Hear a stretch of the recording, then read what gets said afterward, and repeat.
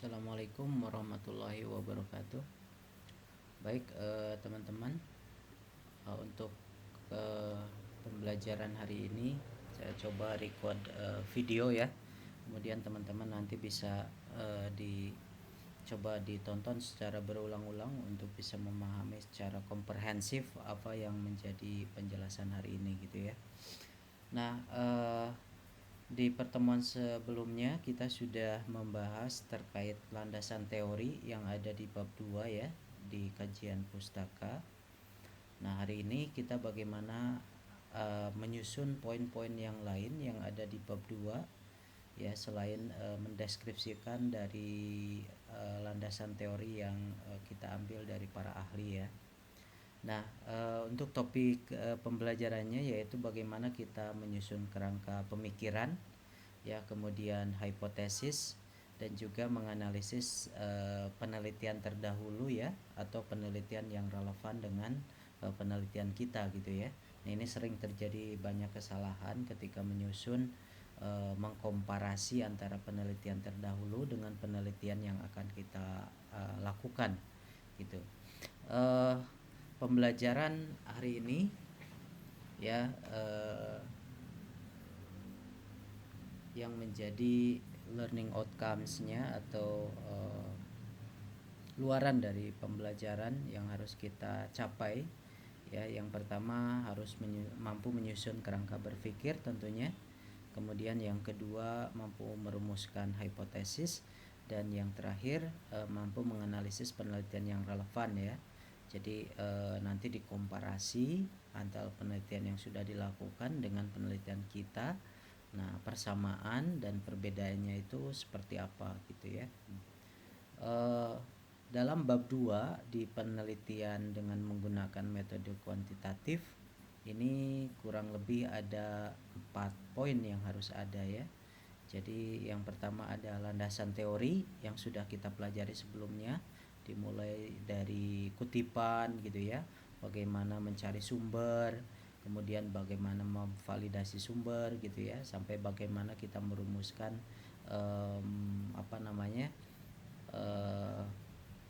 mensintesis ya dari beberapa teori menjadi satu statement berdasarkan dari apa yang kita pahami.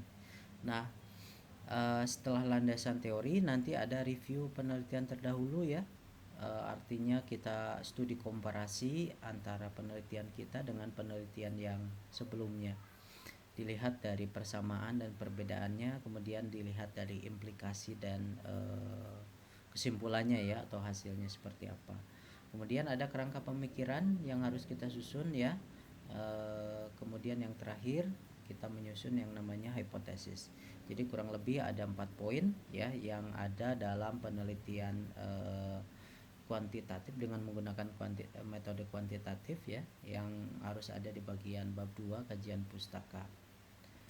Nah, teman-teman, ini terkait penjelasan definisi ya terkait kerangka berpikir ya. Kerangka berpikir ini merupakan konsep terkait bagaimana teori yang satu dengan teori yang lain gitu ya berhubungan atau mempengaruhi satu dengan yang lainnya.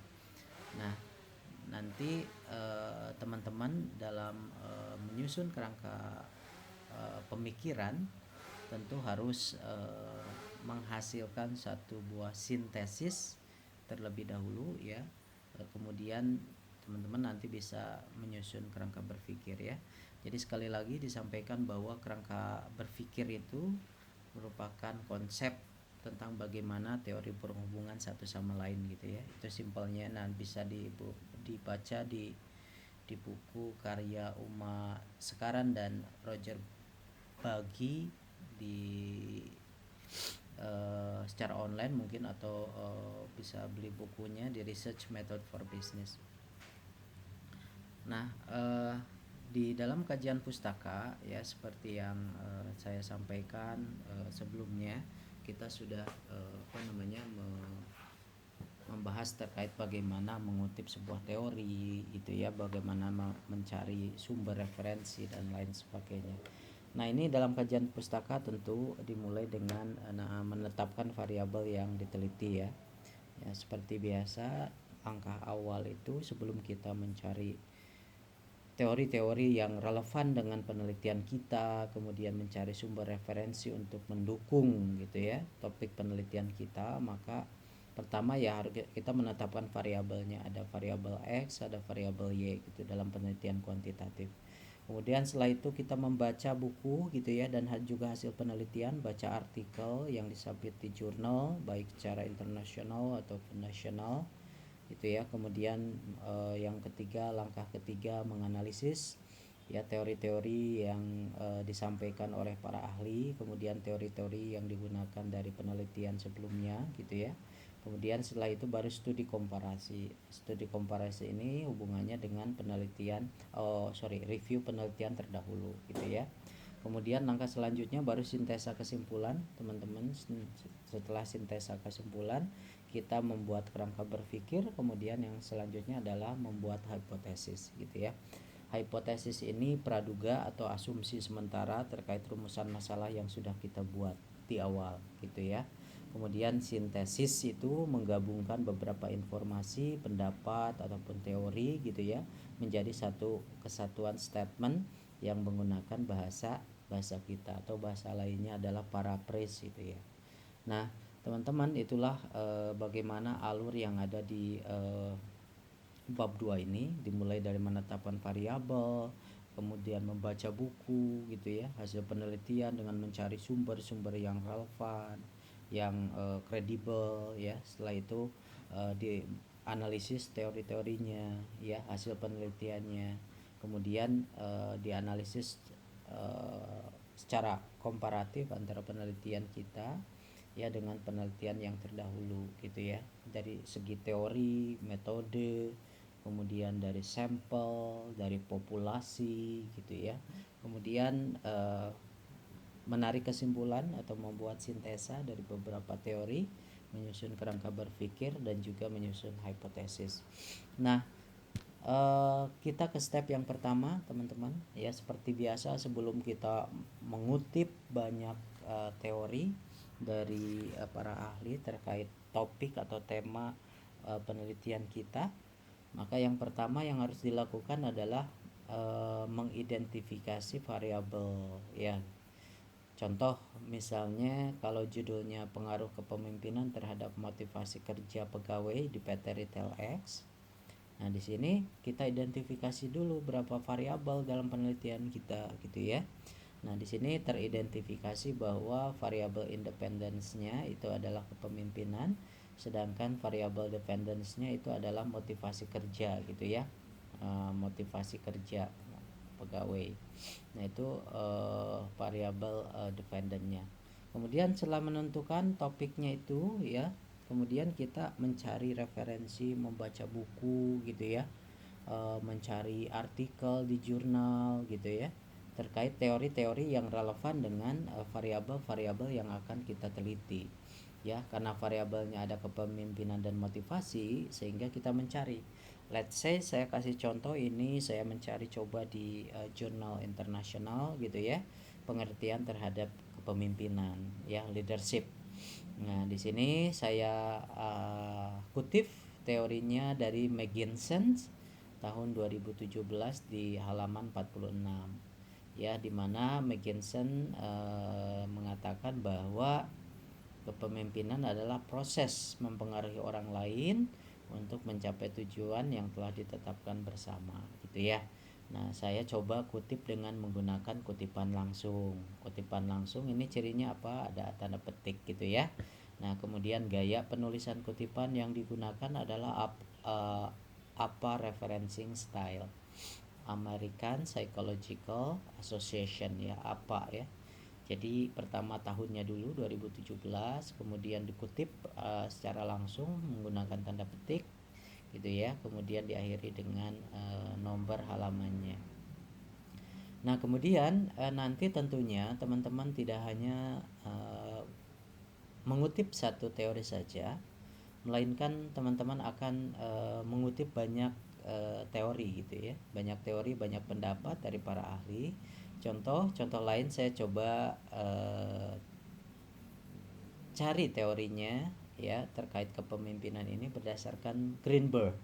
Nah, Greenberg dan kawan-kawan gitu ya memasukkan di sini menggunakan kutipan langsung ya, tahunnya 2016 di halaman 78, di mana kepemimpinan adalah proses di mana seorang individu mempengaruhi anggota kelompok lain untuk mencapai tujuan kelompok atau organisasi yang telah ditetapkan. Nah, ini teman-teman ya, jikalau nanti mengutip artikel dari jurnal internasional, maka wajib untuk diberikan penjelasan dalam bahasa Indonesia gitu ya. Jadi berikan penjelasan secara langsung saja ya, seperti yang saya berikan contoh ini ya, ada penjelasannya dalam bahasa Indonesia secara langsung gitu ya. Nah, kemudian teman-teman tadi langkah kedua membaca teori, mengutip gitu ya, setelah dibaca, setelah divalidasi sumbernya ternyata ya bagus dan kita kutip ya. Setelah itu maka harus dibuat yang namanya sintesis. Ya, sintesisnya seperti apa ya, atau paraphrase-nya. Biasakan setelah beberapa teori yang dikutip ada satu paragraf ya, dalam kajian pustaka kita di bagian landasan teori nanti biasakan mensintesis, artinya menggabungkan beberapa informasi dari para ahli dengan menggunakan bahasa kita gitu ya. Nah, kalau dari pendapatnya Megginson, dari pendapatnya Greenberg, saya coba rangkum, saya coba simpulkan gitu ya, bahwa kepemimpinan ini adalah proses di mana seorang individu mempengaruhi orang lain untuk mencapai tujuan kelompok organisasi gitu ya. Nah, dibiasakan nanti dalam landasan teori dalam penjelasan terkait definisi dari masing-masing variabel ini disintesis. Ya, disintesis artinya diparaphrase, dibuat sebuah kesimpulan berdasarkan dengan menggabungkan beberapa informasi dari ahli ya, menggunakan bahasa sendiri gitu ya. Jadi seperti itu prosesnya. Nah, yang kedua tentu karena ada variabel terkait motivasi tadi ya, kita mencari lagi gitu ya, mencari lagi teori yang berhubungan dengan motivasi berdasarkan para ahli ya. Coba ini kutip dari Baron ya, tahun 2021 di halaman 78, dikutip secara langsung. Maka pengertian motivasi adalah proses yang dapat membangkitkan, mengarahkan dan memelihara perilaku orang untuk mencapai beberapa tujuan gitu ya. Nah, ini pengertian motivasi yang saya ambil dari pendapatnya Baron gitu ya. Kemudian saya juga mengambil pendapatnya Griffin tahun 2000 di halaman 79, mengatakan bahwa motivasi itu merupakan faktor yang menyebabkan orang memilih jalan tertentu gitu ya. Nah, seperti biasa kalau memang sudah kita mengutip beberapa teori pendapat dari para ahli, maka wajib bagi kita untuk memberikan sintesis atau kesimpulan atau paraphrase dari beberapa teori yang kita kutip menjadi satu kesatuan statement yang menggunakan bahasa sendiri gitu ya. Nah, kalau saya coba rangkum pendapatnya Baron sama Griffin, maka motivasi menurut saya gitu ya, setelah saya coba paraphrase ya, motivasi adalah seperangkat faktor yang dapat membangkitkan, mengarahkan dan memelihara perilaku seseorang untuk memilih jalan tertentu dalam mencapai tujuan. Nah, itu hasil dari sintesisnya dari pendapat Baron dan juga Griffin terkait motivasi tadi. Nah, itu landasan teori sudah selesai teman-teman gitu ya. Tapi nanti tentunya di bab 2 dalam landasan teori tidak hanya pengertian ya.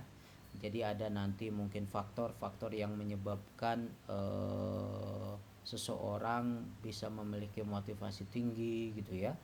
Indikator motivasi itu apa? Jadi banyak hal. Nah, yang saya kasih contoh ini baru dari pengertian. Ya, nanti tentu harus ada indikator ya, indikator motivasi itu apa menurut para ahli. Jadi ruang lingkupnya itu harus enggak hanya pengertian, melainkan banyak hal gitu yang harus dideskripsikan gitu ya teman-teman. Oke, nah sekarang selanjutnya setelah kita mendeskripsikan dari masing-masing variabel ya yang ditunjang tentu dengan beberapa teori ahli ya langkah selanjutnya yang harus kita lakukan adalah studi komparasi. Nah ya, nah studi komparasi ini kalau dalam kajian pustaka itu nama outline-nya gitu ya, nama poinnya adalah review penelitian yang relevan ya, atau review penelitian terdahulu gitu ya. Nah, tentu dalam studi komparasi ini ya ada beberapa tahapan, ada beberapa langkah yang harus dilakukan gitu ya. Nah, pertama harus memilih penelitian yang relevan. Ya, kita mencari ya penelitian yang sudah dilakukan oleh orang lain gitu ya. Yang relevan artinya berarti yang sesuai, yang sama antara variabel X-nya sama variabel Y-nya. Jadi kalau misalnya judulnya pengaruh kepemimpinan terhadap motivasi kerja pegawai, ya kita cari ya judul yang relevan yang sama gitu ya, walaupun yang jadi populasi atau objek penelitiannya itu berbeda. Ya, kalau misalnya yang kita itu di PT Y gitu ya, yang sudah dilakukan adalah di PT X. Nah, itu boleh ya diambil. Jadi dalam studi komparasi ini tahapan pertama itu cari ya penelitian yang relevan. Yang relevan artinya yang variabelnya itu sama dengan kita gitu ya. Yang kedua, yang kita harus melakukan tinjauan literatur gitu ya.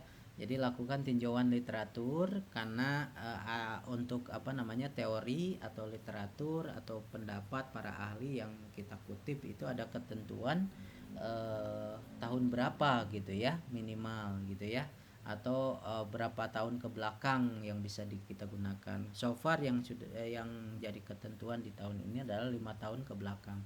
Jadi kalau sekarang 2024 berarti 5 tahun ke belakangnya itu minimalnya di tahun berapa gitu ya. Nah, itu harus ditinjau, harus dilihat tahun berapa. Kalau misalnya teorinya tahun 2010, wah itu sudah cukup lama banget gitu ya.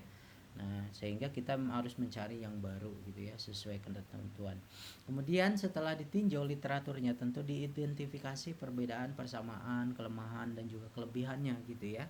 Nah, biasanya dalam review penelitian relevan terdahulu ya ada satu table gitu ya. Nanti saya akan berikan contohnya. Sehingga kita bisa melakukan studi komparasi, persamaannya apa, perbedaannya apa, implikasi dan kesimpulannya apa gitu ya, implikasi atau hasilnya apa. Nah, yang terakhir tentu implikasi dan juga kesimpulan. Kalau implikasi ini kan artinya dampak ya, dampak atau pengaruh yang ditimbulkan dengan adanya penelitian tersebut apa sih gitu ya, hasilnya seperti apa sih, kesimpulannya seperti apa sih gitu ya. Nah, ini juga harus dilakukan ya, harus dianalisis ya berdasarkan beberapa faktor. Kemudian setelah studi komparasi teman-teman ya tentu ada beberapa hal yang harus dilakukan ya, menyusun kerangka berpikir dan juga yang terakhir adalah hipotesis. Nah, dalam studi komparasi ini ya tadi sudah saya jelaskan juga ya. Yang pertama memilih penelitian yang relevan teman-teman. Tentukan ya penelitian terkait yang memilih topik atau masalah penelitian yang serupa dengan cara melihat variabel dependentnya dan variabel independennya. Kalau sudah serupa, udah match dengan kita ya itu bisa dijadikan sebagai penelitian relevan kita gitu ya. Kemudian peninjauan literatur tadi saya jelaskan secara general ya, kumpulkan informasi ya, artikel atau literatur yang terkait jurnal-jurnal gitu ya, beberapa buku yang berkaitan dengan penelitian kita ya, berkaitan dengan variabel X dan variabel Y-nya gitu ya. Kemudian kita juga akan menganalisis metodenya ya, metode yang digunakan oleh penelitian terdahulu sebelumnya itu metode apa gitu ya. Walaupun judulnya mungkin mirip tapi metode yang digunakan mungkin bisa jadi berbeda teman-teman gitu ya. Maka itu akan menjadi bahan analisis kita. Yang terakhir harus dievaluasi hasilnya ya. Kita tinjau, kita lihat ya hasil yang diperoleh atau hasil dari penelitian tersebut seperti apa gitu ya. Nah, ini kan bisa kita lihat di abstrak juga ya secara umumnya gitu ya. Kemudian tadi disampaikan dalam mengidentifikasi perbedaan, persamaan dan juga kelemahan dalam dan kelebihan gitu ya. Nah, yang harus menjadi fokus utama itu ya tentu perbedaannya gitu ya. Nah, bagaimana kita melihat perbedaannya? Ya bisa dianalisis dari berbagai poin ya. Yang pertama dari metodologinya, lihat ya apakah sama atau berbeda. Kalau berbeda berarti masuk ke kolom perbedaan gitu ya. Kalau misalnya sama berarti masuk ke dalam kolom persamaan gitu ya. Kemudian lihat sampelnya ya. Kemudian sumber data yang digunakan apakah data primer, sekunder gitu ya. Kemudian sampelnya, teknik pengambilan sampelnya seperti apa, apakah pakai probability atau non probability gitu ya. Kemudian pendekatan analisisnya seperti apa ya. Nah, itu bisa menjadi bahan analisis untuk dijadikan sebagai studi komparasi ya dalam hal persamaan atau perbedaan. Nah, di kesamaan juga sama teman-teman ya, dianalisis ya secara seksama, dianalisis secara komprehensif ya. Mungkin dari landasan teori yang digunakan, apakah penelitian kita sama atau enggak gitu ya. Nah, teorinya yang digunakan berapa tahun terakhir gitu ya. Nah, itu bisa dijadikan sebagai bahan-bahan komparasi antara penelitian kita dengan penelitian terdahulu. Kemudian dari segi kelebihannya, kita harus meninjau atau membandingkan ya dengan penelitian terdahulu. Misalnya ya, kelebihan ini misalnya dari segi sampelnya ya, dari segi populasinya, dari segi jumlah sampelnya, dari metodenya tadi juga ya, bisa dari apa namanya, dari sumber data yang digunakannya. Nah, itu bisa menjadi dua apa namanya, dua analisis kelemahannya, kelebihan atau kelemahan gitu ya. Nah, eh, jadi teman-teman ada beberapa hal yang harus dianalisis itu. Jadi bukan bukan membandingkan, oh di judul saya ada variabel ini, oh di judul yang sebelumnya nggak ada. Bukan seperti itu gitu ya, itu terlalu dangkal. Tetapi kita menganalisis secara komprehensif dari metode, dari teknik penentuan sampel gitu ya. Kemudian dari segi analisis data ya, mungkin ada yang menggunakan SPSS, mungkin ada juga yang menggunakan selain SPSS gitu ya, dari teknik mengolah datanya. Nah, itu juga harus menjadi bagian dari analisis untuk melihat mengkomparasi gitu ya, membedakan antara penelitian yang terdahulu dengan penelitian yang saat ini. Nah, yang terakhir tentu tadi saya sampaikan implikasi dan kesimpulan. Implikasi ini kan dampak manfaat gitu ya, baik secara teori maupun secara praktek. Kalau kita melakukan penelitian, kemudian penelitian selesai, maka dampaknya secara teori ya, secara perkembangan ilmu pengetahuan teori seperti apa, kemudian secara praktis yang bisa diimplementasikan, yang bisa dijadikan sebagai masukan untuk populasi gitu ya, bukan populasi, untuk objek yang kita teliti gitu ya, bagi perusahaan tentunya ya. Manfaatnya, dampaknya seperti apa gitu ya. Nah, yang terakhir tentu buat sebuah kesimpulan ya. Jadi kesimpulan ini artinya kontribusi penelitian kita baik terhadap ilmu pengetahuan, baik terhadap eh, praktikal di perusahaan itu seperti apa gitu ya, secara praktis, secara teorinya harus juga dipaparkan gitu. Kemudian teman-teman setelah studi komparasi gitu ya, artinya menyusun penelitian yang relevan ya, mungkin saya akan berikan satu contoh terlebih dahulu gitu ya. Di sini ada contoh dari bimbingan saya, misalnya nih ya. Tuh, teman-teman coba lihat gitu ya, di bab 2-nya nih kebetulan harus saya revisi gitu ya. Nah, di bab 2 ini kajian pustaka gitu ya, bagian A-nya kan landasan teori ya, yang sudah saya paparkan tadi.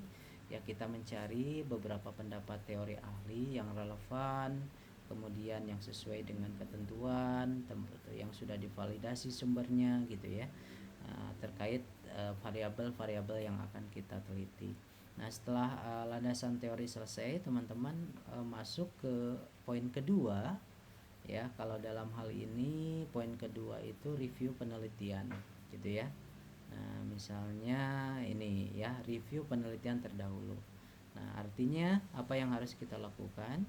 Kita mencari ya, pertama mencari ya, mencari penelitian yang relevan dengan kita. Caranya gimana? Caranya cari ya X-nya, variabel independennya, dan Y-nya juga variabel terikatnya itu harus sesuai dengan yang punya kita gitu ya. Nah, kemudian nanti teman-teman akan diminta untuk menganalisis ya. Nah, seperti di tabel ini, penelitinya siapa, judulnya siapa gitu ya, yang penelitian terdahulu itu, persamaan, perbedaan, dan juga hasil. Nah, ini yang harus menjadi concern. Saya mau sampaikan lagi. Nah, ini satu contoh yang kurang tepat teman-teman ya. Contoh misalnya ya,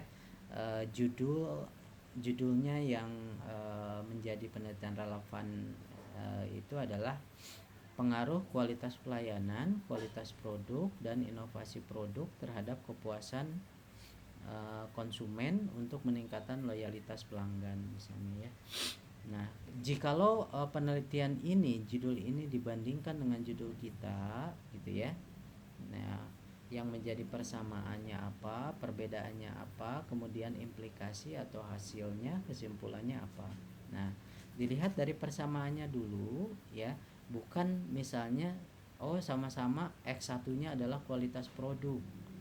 Sama-sama X1 X3-nya perbedaannya misalnya di X1 atau X3 ini udah nggak jelas nih ya. Contoh nih studi kasus yang hasil yang nggak jelas. Ini sebetulnya bukan ini yang kami inginkan gitu ya. Tapi dianalisis, bukan ternyata yang persamaannya sama-sama X1-nya kualitas produk.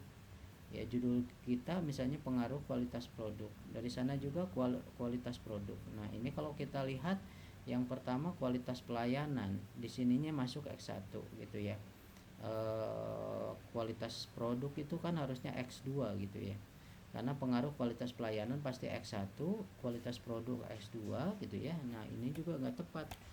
Udah salah, nggak tepat pula gitu ya. Nah, harusnya bukan seperti itu.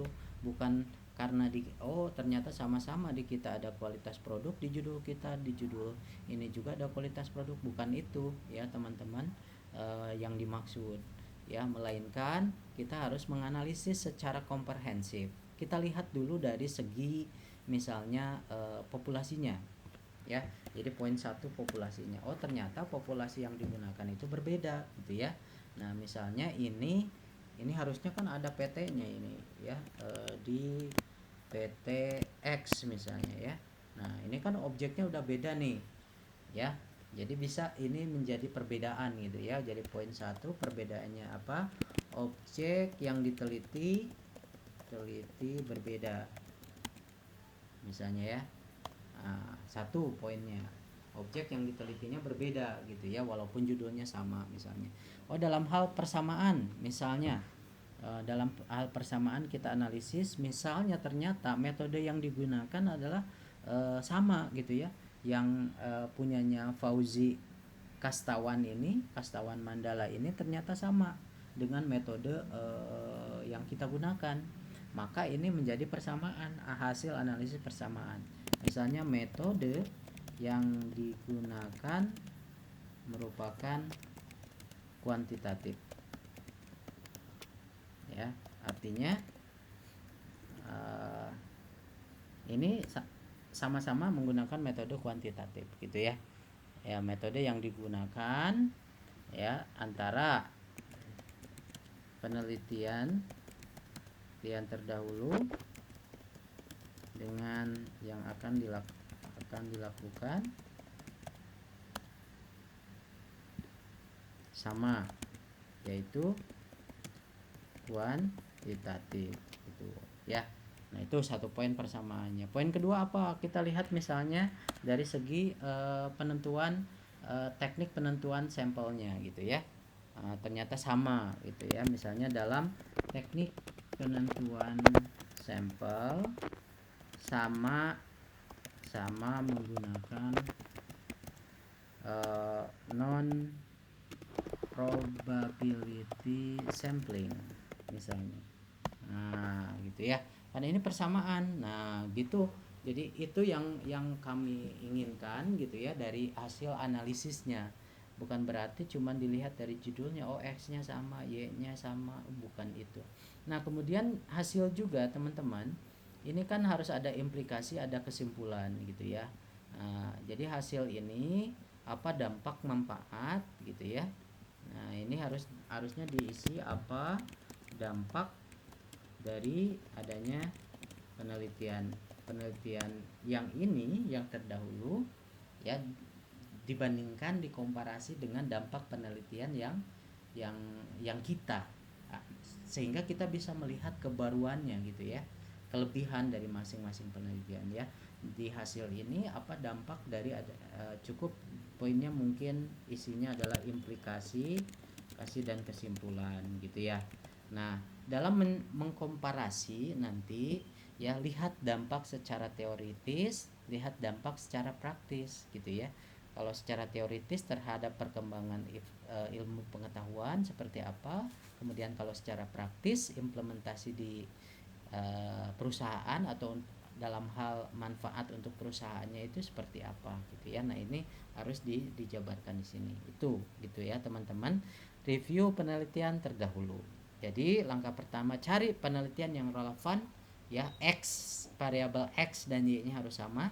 Kemudian setelah itu lakukan studi komparasi, cari perbedaan, cari persamaan ya, kemudian tentukan implikasi dan kesimpulannya gitu ya. Nah, dianalisis betul ya satu penelitian itu dari faktor apa saja, dari metodenya, dari teknik pengambilan sampelnya, dari jumlah populasinya gitu ya, dari hasil analisa datanya ya, menggunakan metode apa analisis datanya gitu ya. Kemudian objeknya yang ditelitinya di mana gitu ya. Nah, itu kajian-kajian, analisis antara penelitian kita dengan penelitian yang sudah dilakukan gitu ya. Nah, itu contohnya teman-teman ya. Jadi ketika menyusun review penelitian terdahulu, maka cari yang relevan, setelah itu lakukan studi komparasi ya. Komparasi ini kan membandingkan gitu ya, membandingkan penelitian kita dengan penelitian lain dari segi apa saja, metode ya, teknik penentuan sampel, kemudian populasi gitu ya, teknik analisis data, sumber datanya gitu ya, apakah menggunakan sekunder atau primer gitu. Nah, itu juga hasil komparasi. Nah, itu teman-teman. Kemudian kita balik lagi ke yang selanjutnya. Kalau setelah menyusun penelitian yang relevan gitu ya, maka langkah selanjutnya yang harus dilakukan adalah menyusun kerangka pemikiran ya, menyusun kerangka pemikiran. Nah, kerangka pemikiran ini dari mana sih gitu ya, kerangka pemikiran ini. Nah, kerangka pemikiran ini teman-teman kita ambil dari yang namanya hasil sintesis ya, sintesis dari masing-masing variabel X dan masing-masing variabel Y ya. Jadi kalau sudah membuat paraphrase dari beberapa teori atau pendapat para ahli, maka kita akan mudah untuk membuat yang namanya kerangka berpikir gitu ya. Nah, kalau kita lihat sintesis yang pertama dari teorinya kepemimpinan ya, ini kesimpulannya adalah kepemimpinan adalah proses di mana seseorang individu mempengaruhi orang lain untuk mencapai tujuan kelompok organisasi gitu ya. Nah, kita lihat sintesis dari hasil motivasi ya. Motivasi adalah seperangkat faktor yang dapat membangkitkan, mengarahkan dan memelihara perilaku seseorang untuk memilih jalan tertentu dalam mencapai tujuan. Nah, dalam membuat kerangka pemikiran itu sebetulnya melihat hubungan sebab akibat gitu ya. Karena ini judulnya adalah pengaruh gitu ya, sehingga kita harus melihat, menganalisis dari sebab akibat. Nah, kalau sebab akibat maka kita menggunakan kata-kata jika titik-titik gitu ya, maka titik-titik. Nah, gitu ya, ada hubungan, nama hubungannya adalah sebab akibat. Sehingga dibuat sebuah kesimpulan teman-teman dari hasil sintesis teori kepemimpinan dan juga motivasi, disusun menjadi satu redaksi kerangka berpikir dengan menggunakan hubungan sebab akibat karena pengaruh ya, Kalau pengaruh akan menimbulkan tentu nanti akibatnya seperti apa dan dianalisis sebabnya apa gitu ya. Nah, sehingga menggunakan kata jika bla bla bla maka bla bla bla gitu ya. Sehingga saya rumuskan, jika kepemimpinan merupakan faktor yang dapat mempengaruhi orang lain, maka pengaruh tersebut akan dapat membangkitkan, mendorong, dan memelihara perilaku seseorang untuk mencapai tujuan. Nah, kalau kita lihat kerangka berpikirnya ini adalah adanya korelasi hubungan antara X sama Y gitu ya. Sehingga nanti saya yakin kalau menyusun pertanyaan angket nanti tentu pertanyaan-pertanyaan itu tingkat validitasnya akan tinggi. Kenapa? Karena ya dari kerangka berpikir saja sudah nampak korelasi hubungan antara kepemimpinan dan juga motivasi gitu ya. Nah, ini teman-teman. Sehingga nanti di kerangka berpikir itu kita juga menggambarkan gitu ya. Sehingga X berpengaruh terhadap Y ya. Jadi ada gambaran. Nah, kita lihat di contoh studi kasus yang tadi teman-teman ya. Di skripsi yang tadi. Jadi ini kan sudah disusun gitu ya. Kerangka berpikirnya. Nah, di bab 2 ya. Nah, ini dia teman-teman ya. Nah, kerangka pemikiran ya. Seharusnya tadi kerangka pemikirannya itu ya menggunakan jika bla bla bla gitu ya, maka bla bla bla gitu ya. Nah, ini didapatkan dari mana? Dari hasil sintesis dari masing-masing teori yang kita kutip ya untuk variabel independen dan juga dependen gitu teman-teman. Sehingga setelah itu boleh digambarkan gitu ya. Nah, ini kan gambarnya saja kurang tepat nih. Seharusnya kalau independennya dua variabel, maka di sini kan semestinya ada pertama pengaruh X dulu terhadap Y gitu ya. Nah, harusnya satu gitu ya. Apakah kualitas produk berpengaruh terhadap kepuasan pelanggan gitu ya, satu gitu ya. Nah, kemudian yang selanjutnya kita ambil lagi garis berarti ya, apakah saluran distribusi berpengaruh terhadap kepuasan pelanggan gitu ya. Nah, seharusnya kan gambarnya seperti ini teman-teman ya, seharusnya gambarnya seperti ini. Nah, gitu ya, karena ini ada dua variabel independen dan satu variabel dependen ya. Nah, yang terakhir baru apakah kualitas produk X1 dan juga saluran distribusi barang X2 berpengaruh secara simultan, artinya bersama-sama terhadap kepuasan pelanggan gitu ya. Nah, jadi ada tiga ya, karena ini variabelnya dua. Tapi kalau memang cuma dua variabel, maka hanya X berpengaruh terhadap Y saja gitu ya. Nah, apakah X berpengaruh terhadap Y? Nah, ini yang kurangnya ini adalah deskripsi dari hasil sintesisnya yang enggak ada. Gambarnya juga kurang tepat gitu ya. Dari secara kerangka berpikirnya juga belum tepat ini. Nah, itu contohnya teman-teman ya. Kita kembali ke sini ya. Tahap terakhir teman-teman setelah menyusun kerangka pemikiran, setelah kerangka pemikiran jadi ada redaksi seperti ini dengan sebab akibat gitu ya, jika maka ya, kemudian digambarkan ya kerangka berpikirnya ya. Kemudian yang terakhir adalah menyusun hipotesis gitu ya. Nah, hipotesis ini kan dugaan sementara gitu ya, asumsi ya, asumsi kita, dugaan kita sementara terhadap jawaban dari rumusan masalah yang sudah disusun ya gitu ya. Nah, kalau misalnya judulnya ini pengaruh kepemimpinan terhadap motivasi kerja pegawai, berarti kan rumusan masalahnya itu hanya satu ya teman-teman. Apakah kepemimpinan berpengaruh terhadap motivasi kerja pegawai di PT Retail X gitu ya. Nah, itu kan rumusan masalahnya yang ada di bab 1. Nah, di bagian hipotesis ini kita menduga gitu ya, membuat satu asumsi ya untuk pertanyaan penelitian yang tadi Yang mana? Yang apakah kepemimpinan berpengaruh terhadap motivasi kerja pegawai di PT Retail X? Nah, kita coba jawab gitu ya dengan hipotesis. Nah, ada pengaruh yang positif kepemimpinan terhadap motivasi kerja pengaruh di PT Retail X gitu. Ya, cukup itu asumsinya. Nah, yang perlu diperhatikan ketika menyusun hipotesis ini ada hipotesis nul, H0 ya. Kemudian ada juga hipotesis alternatif ya, HA. HA itu hipotesis alternatif, H0 itu hipotesis 0 gitu ya. Nah, kalau 0 itu berarti kosong, tidak ada gitu ya. Kemudian kalau alternatif ini kan ada gitu ya. Nah, jadi nanti menyusun hipotesisnya kalau misalnya pertanyaan penelitiannya satu ya, apakah kepemimpinan berpengaruh terhadap motivasi kerja pegawai, berarti kita harus ada dua. Ada yang nol artinya tidak berpengaruh, ada yang alternatif artinya ada yang berpengaruh gitu ya. Sehingga kita menyimpulkan membuat hipotesisnya dua, H0-nya tidak ada pengaruh yang positif kepemimpinan terhadap motivasi kerja pegawai di PT Retail X.